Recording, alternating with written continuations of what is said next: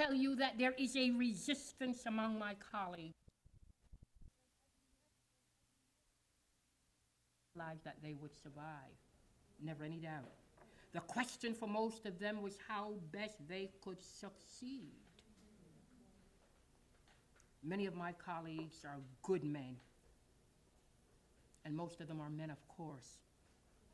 But because their experiences have been replete with successful accomplishments, they have not really learned what true abject poverty is, left alone enough to find out how to end it.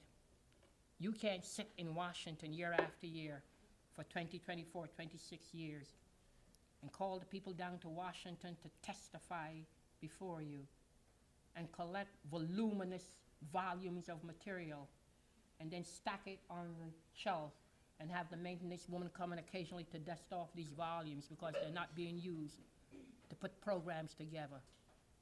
You cannot depend merely on academicians whose rhetoric and whose professional training has left them completely and almost totally insensitive and not attuned to the people out here for which the programs and what have you are being put together. You've got to have a melting pot of everything working around that drawing board. No wonder when many of the programs leave Washington, D.C., and they get back to the cities and the towns and the villages, they don't fit the particular needs of the areas and what have you.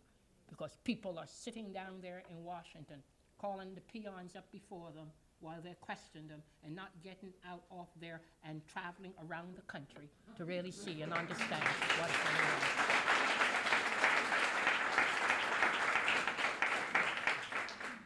If some of you are having difficulty listening to me because I'm a very, very tough speaker and you don't want to hear any more of my talk, I'll give you 5 minutes to leave. And thus, these leaders often tamper with the emotions of their constituencies. You understand what I'm saying? They tamper with the emotions of their constituencies, suggesting, and I've heard them on the trail, I've been around so many of them, suggesting that the measures of success as we know them in America are equally accessible and attainable for everyone.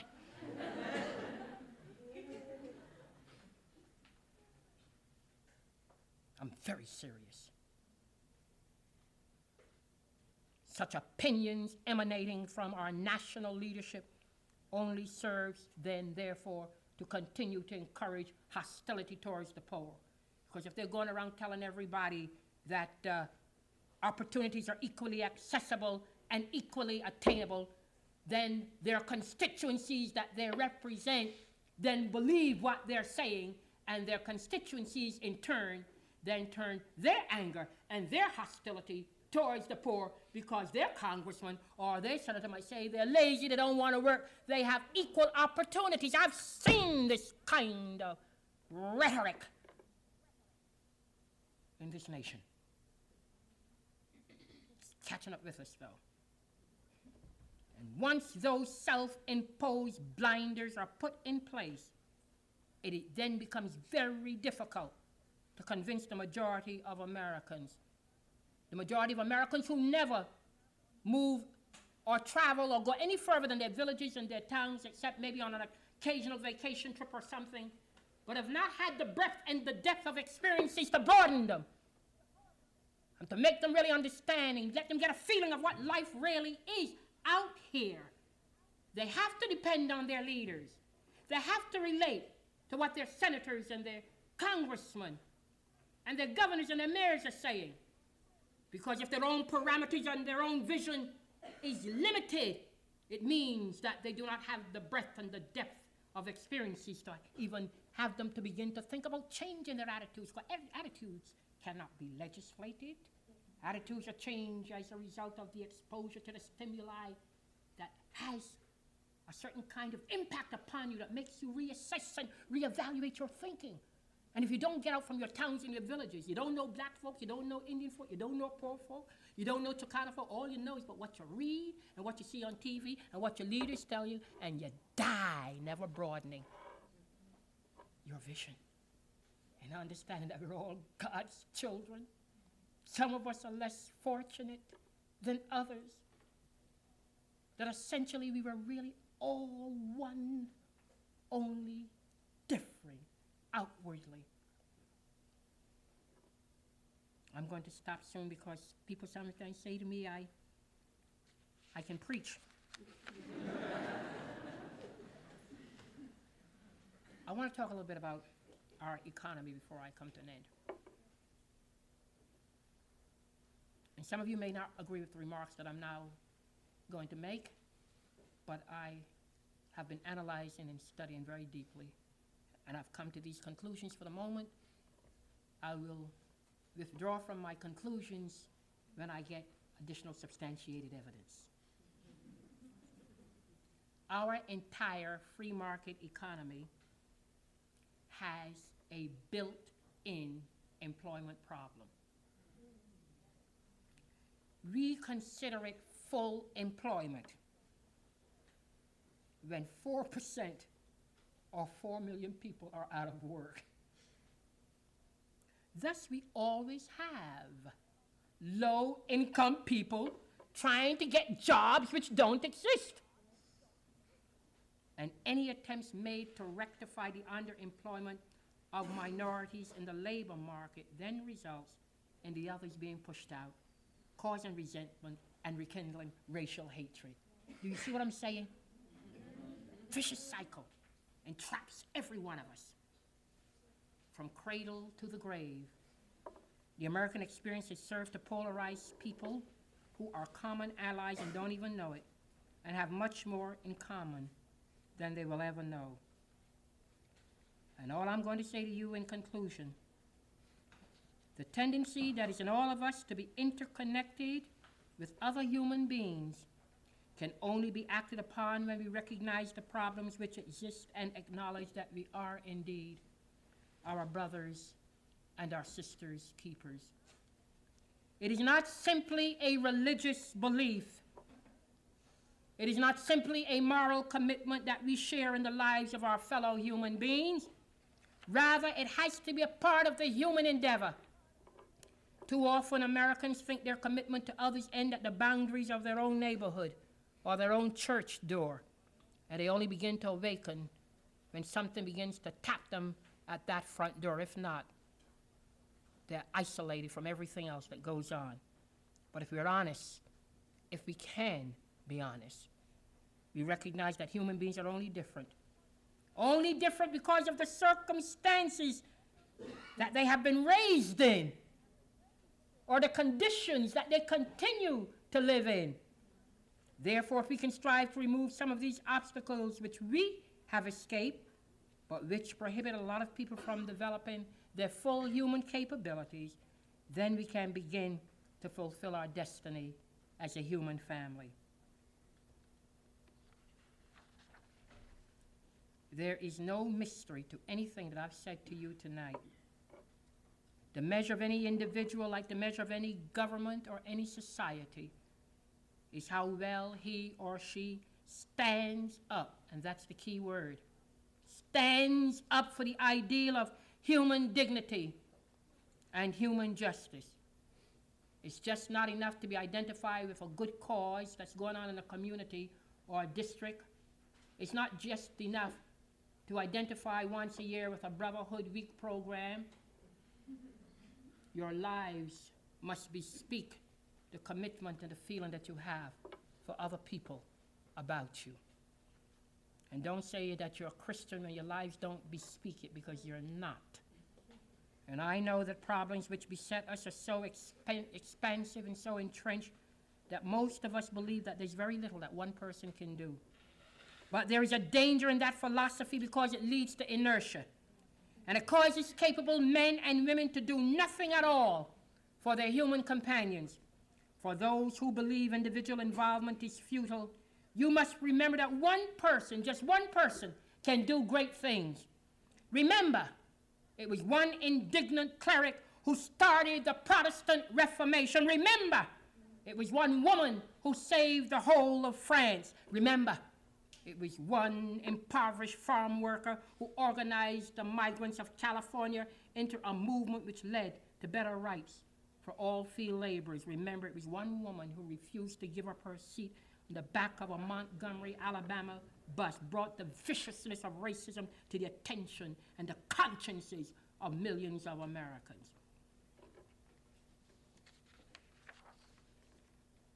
And although we do not know what the future of this society and our lives holds, that future is not completely beyond our control.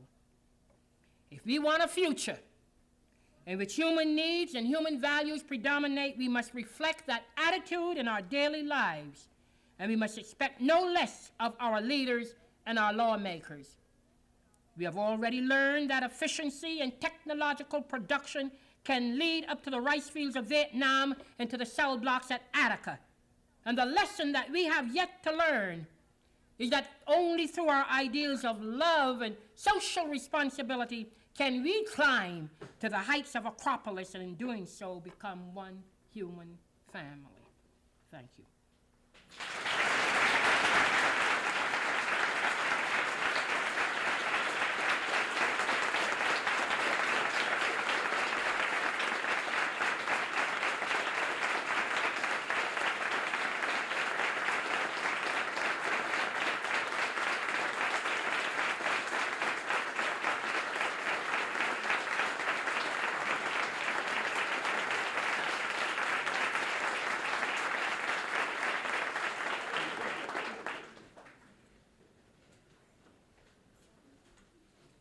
Thank you very much. I do not expect all of you to agree with everything that I have said.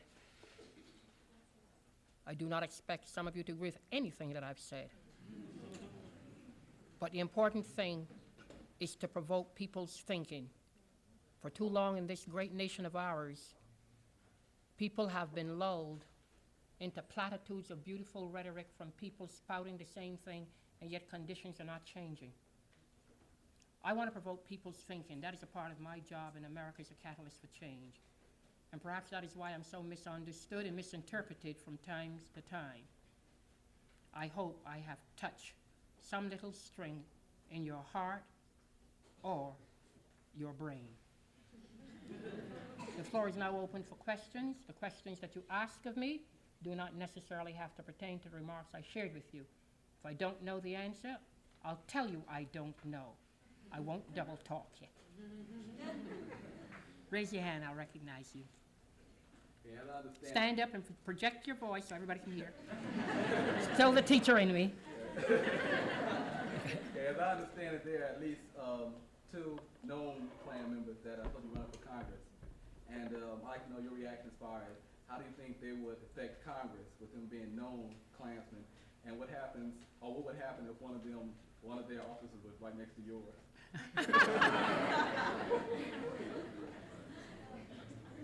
Well, yes, there are two Klansmen that are running for office.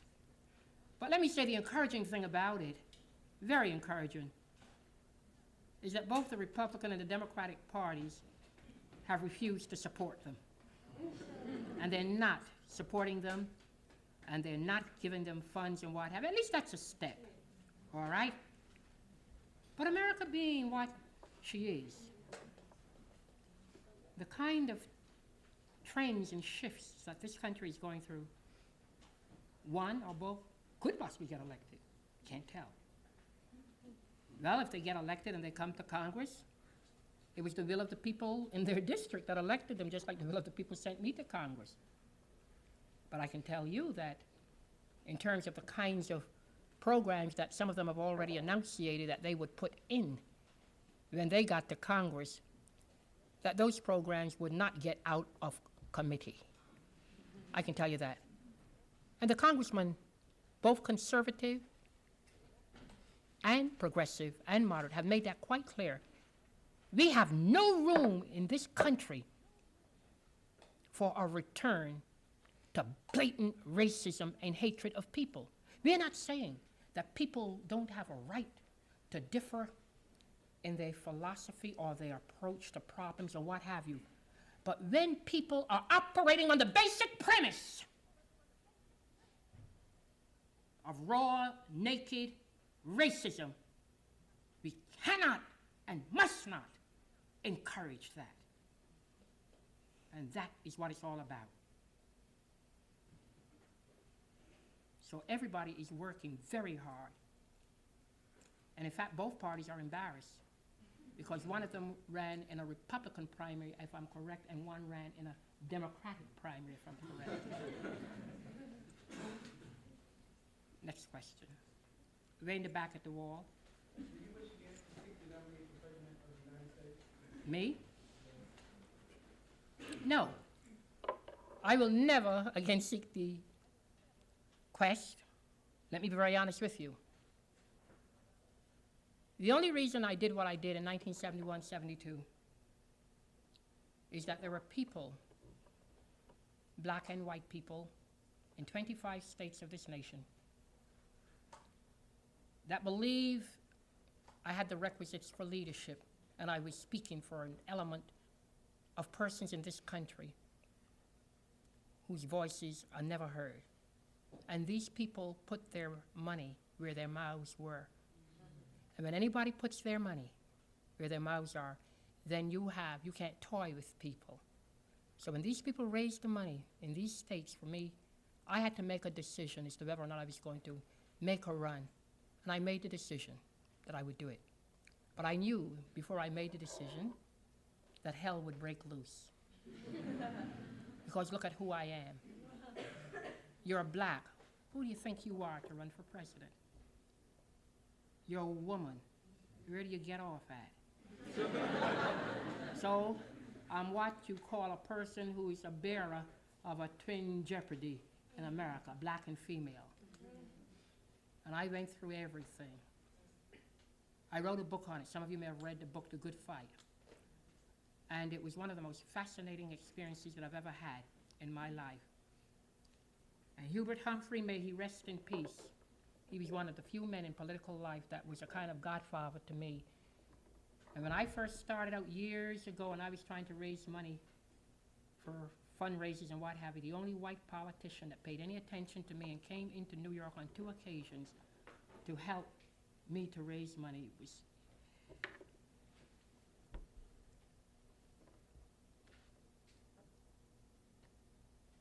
Hubert Humphrey. And I remember that Hubert said during the course of that campaign that, he said, I'm not going to be afraid to say it, Shirley. A lot of other people will be afraid to say it.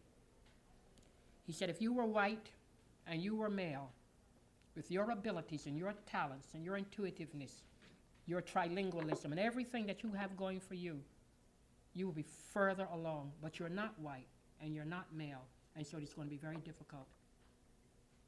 I always remembered that. It will be a long time in this country before a black person can ever be president. I don't think we'll see it during our lifetime. The racism is too deep, it is too deep, it is too inherent in the bloodstream. And even though I was a speech writer for 10 years before I went into politics, and this was one of the things that caused me to say, why use my brain power and keep giving away my brains to a bunch of mediocre men who could pay me well for writing their speeches. And I began to think. And I always have enjoyed challenges in my life. And I began to say, well, I'm going to stop working for others and begin to work for myself, particularly when people say you need. And that's what I did. I will never, never do it again in this country because it's a very painful thing, very painful. But I don't regret it because at least I was able to go all the way to the end, to the convention, so that in the future when any black person or any woman runs for president, they'll have to deal with it. They'll never know whether or not they're going to the end. It was important for me that I went to the end because all around me, day in and day out, people were laughing at me. Day in and day out, the reporters, as fast as one white male would drop out of the race, they would call me and want to know when I'm going to drop out. And I would have to tell them I'm not running on the same basis or the same premise. I'm not dropping out any place. And so it was that kind of thing. It's a terrible thing. It's a terrible thing when one has attributes, one has ability, and one has exemplified that they have it, that this gets in the way. It's a horrible thing. I only pray to God that before I die, that I never hate. Because if I ever hate, I'll be a very dangerous woman, and I know it.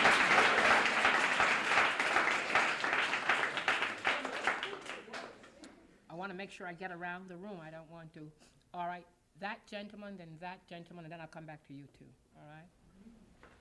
You've addressed America as a country that's economically unstable and a country that's morally unstable. And I was wondering if maybe you could give us a little advice on this presidential election. Because none of the candidates seem to possess both of them together. Economics, but no moral. You know, I have a little bit of difficulty wanting to travel around until after November 4th. Because I know that question always comes up in some form. Let me say this, that I never thought that I would live to see a situation in our dear country where people would have to really agonize, and that's the only word I could use, really agonize to make a decision. It is a very, very difficult situation for many Americans. I traveled in 26 states for Senator Kennedy. And one of the things that I learned and one of the things that I found was this, that people said, Mrs. Chisholm, we don't want Reagan and we don't want Carter. And I'm not talking about professional politicians. I'm talking about the people out there. People sometimes you don't want to give them credit. And almost 4 out of 5 times they said to me, I don't care if they were white or black, upper class or lower, they would say to me, Mrs. Chisholm, we just hope that Anderson gets on the ballot. I would never mention Anderson at all. I would even, because traditionally in this country, it has been that a third party or third force is never win. So you don't even talk about it. You get the feeling that, they're just a nuisance and what have you. But the people, not the professional politicians, the people all over this country, these states they just say, we hope Anderson is on the ballot. And now Anderson is already definitely on 46 ballots. New York, I can tell you right now, Anderson is causing problems in New York because our great senator, Mr. Javits, lost the nomination on the Republican line, lost the nomination to a conservative, Mr. D'Amato. And Mr. Javits now will be running on the liberal line along with John Anderson. The Liberal Party in New York gave the designation, the support to John Anderson. The first time in the history of the Liberal Party that the Liberal Party gave the designation to Anderson. So what does that do? New York has 42 electoral votes. And so people are saying, well, don't have that much trouble. We go in and just pull the liberal line this time, knocking out a lot of the Democratic candidates on other lines. Right now, New York, I'm not going to say New York is, Anderson is winning New York. I'm not going to say that. I'm really going to say Anderson is causing a lot of trouble in New York. All right? And Reagan is leading in California. And Reagan is leading in Texas. Now, if Reagan wins, if Jimmy Carter cannot take California and New York, just those 2 states that have 1/3 of the electoral votes, 1/3, just those 2 states, he's finished. And that is why the political people are very, very concerned, because New York and California have over 83 electoral votes. That's 1/3. We have 249 or 250, I don't remember the number. So you can imagine what is happening. And already we found in the South that Ronald Reagan has cut into the South badly. And the South is the base for President Carter. All I'm going to say is that a lot of people are saying today that they're not going to be put in the position of choosing the lesser of the 2 evils. This is what a lot of them are saying, that they're going to go, a lot of them say that I think something's going to happen that bothers me a great deal, and that is, I really believe that we may very well have one of the lowest turnouts this November at the polls. And that worries me, because rather than vote for Carter or rather than vote for Reagan, a lot of people are just not going to buy. People, I've been in this business now 20 years, and I have never seen people, I don't care what color, what class, what level, I've never seen people so unenthusiastic about a national campaign as I'm witnessing right now. It frightens me. So I don't know really what's going to, I'm not going to give anybody advice. I'm not going to give anybody any advice on this one.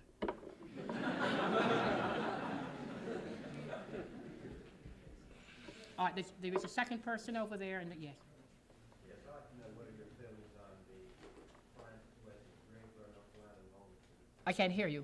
I'd like to know what are your feelings on the Klan movement in North Carolina as well as the CWP movement in North Carolina, Greensboro, North Carolina? Or the Klan situation? Yes, and your feelings for the CWP movement in North Oh, I don't even want to talk about the Klan, except to say, what would be my feelings towards the Klan? My feelings towards the Klan is that they have to be prescribed in very limited areas and supervised and monitored constantly. We have to recognize one very basic thing, that many constitutional lawyers, liberal, moderate, and conservative, have come out and said, you must be very, very careful that we don't interfere with their Bill of Rights, because everybody in America has a right to express themselves and do what they want to do and what have you. But along with that, I think nobody is trying, per se, to suppress their Bill of Rights. What one is really trying to say is that they cannot preach and spread their gospel of racism across this land, and they're becoming very active in the North. I don't know if you all realize, in Connecticut, just 2 weekends ago, I think it was, or last weekend, they had a big Klan rally in Scottstown or Scottfield, Connecticut, few miles from Hartford, burning the cross, and they're marching around with their sheets and what have you. The Klan is not even a movement now that is particularly unique to the South anymore. It has spread it. We had some trouble in New York for a couple of months, very well, with black families getting up in the mornings and at night seeing crosses burned on their lawns, and some of them having to move and what have you. This hate movement, you know, is spreading, and we've got to really, really watch this. You know, a lot of people say you don't become too unduly perturbed or upset about them. They're just a few mad ones in different parts of the country. They got to do their thing. And I'm going to draw an analogy now that some of you may resent, but I have to do it because I want all of us to get scared about it. Remember when Hitler was coming to power, the people in Berlin, the people in Germany used to say that old madhouse painter having these little basement meetings. You'd only have 5 or 6 men that would come to these meetings constantly, and he was a nuisance, a real nuisance as he held his beer rallies and everything. People weren't paying much mind to this man with his radical views and what have you. And you must remember what Hitler did to the Jewish people. And I say that because you can't let anybody who preaches any kind of racial or ethnic hatred, you've just got to keep them under control constantly. Dangerous. All right, this gentleman here. Yeah, you gave us a history lesson about the problem of women and the problem of blacks and minorities in this country. And since you are not supporting Carter or Reagan or what have you, and you are a Democrat, then I would like to see where you stand if the women in this country are really concerned about the problems of women, and the blacks in this country are really concerned about blacks in this country. Why is it so difficult? And there are 50% of the people in this country are women. Why is it so difficult for women and blacks, particularly, All right. to switch from the Democrats and the Republicans and support those parties such as the Citizens Party, which David Cameron supported? Why is it so difficult? All right. All right, let me give you a few thoughts. I can't tell you all about it because that's a long lecture. And that lecture 1 would be women, 2 would be blacks, and 3 would be women and blacks together. Now, but just let me see if I can throw out a few thoughts, a few ideas. First of all, no group is monolithic. The women in this country are not monolithic in their thinking or their outlooks or their philosophies. You have women in this country today, for example, if you talk to them about ERA, they'll blow you out the door. And then you have women in this country today who believe that ERA is very important. You have women in this country today who would tell you very quickly, I am very contented to stay at home and iron and listen to the soap operas and take care of my kids and what have you, if my husband can provide for me. I don't want to hear about what all you other crazy women are doing. And then you have women on the opposite side are saying that nobody should be discriminated on the basis of their sex, that if they have God-given attributes and talents, they should be allowed to utilize it for the amelioration of the human condition. So what I'm saying to you, that just because we are women, that's the only common thing that a lot of us have. We are women, period. But our viewpoints and our philosophies and our outlooks are colored by the kind of lives that we have lived, by the kinds of stimuli to which we have been exposed in our communities and as we were growing up, to the kinds of conversations that were held within the family units as we were growing up. Our lives are also colored by the experiences that we have had. So how could you expect a rich, well-cared-for woman who has never had to lift a finger to do anything to understand what a black or Hispanic or poor rural white woman from Appalachia is about? You see? So that's to show you that they're not monolithic. You're not going to, so if you can't get the women together because they're not monolithic, let's go to the blacks. Believe it or not, although got the same color, although we run from shades of whiteness to shades of blackness, we are not monolithic, all right? I've met some of the most conservative blacks I've ever met in my life. I've met some of the most radical blacks that I've ever met in my life. And the approaches and the solutions differ according to people's outlook, people's schooling, people's training. People are not monolithic. Now, the sign of maturity is that